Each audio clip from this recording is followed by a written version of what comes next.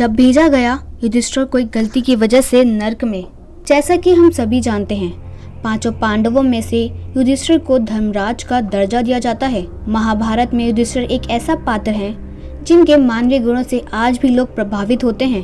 भाइयों के प्रति लगाव और कर्तव्य के प्रति आधार भाव के चलते उन्हें आज यानी कि कलयुग में भी सम्मान के दृष्टि से देखा जाता है। मौसल पर्व में लिखी कथा के अनुसार युधिष्ठिर एक ऐसे मात्र इंसान थे जो स्वर्ग में सशरीर गए थे। लेकिन क्या आप जानते हैं, युधिष्ठिर को अपनी एक भूल की वजह से नरक का अनुभव भी लेना पड़ा था।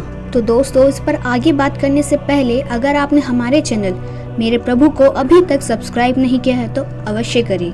और हाँ दोस्तों, लेटेस्ट अपडेट पाने के लिए बेल आइकन दबाना ना भूलें। महाभारत युद्ध के बाद कुछ सालों में ही चारों ओर विनाश की लीला की दस्तक होने लगी। श्री कृष्ण भी मानव देह त्याग कर बैकुंठ की ओर प्रस्थान कर चुके थे। श्री कृष्ण के निर्वाण के बाद पांडवों ने परलोक जाने का निश्चय किया।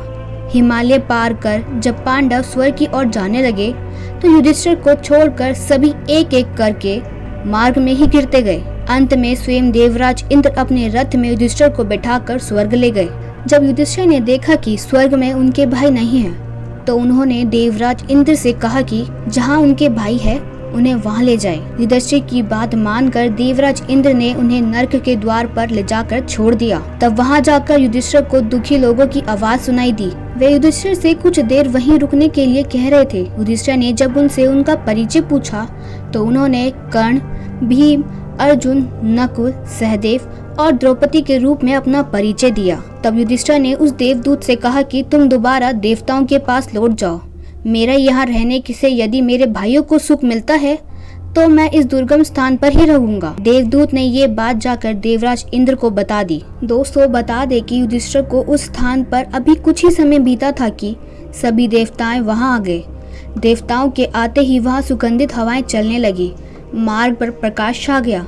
तब देवराज इंद्र ने युधिष्ठिर को बताया कि तुमने अश्वत्थामा के मरने की बात कहकर छल से द्रोणाचार्य को उनके पुत्र की मृत्यु का विश्वास दिलाया था। इसी परिणाम स्वरूप तुम्हें भी छल से ही कुछ देर नरक के दर्शन करने पड़े। अब तुम मेरे साथ स्वर्ग चलो, वहाँ तुम्हारे भाई व अन्य वीर पहले ही पहुँच गए हैं। तो दोस्तों, युधिष्ठिर को इस एक भूल की वजह से नरक भेजा गया था।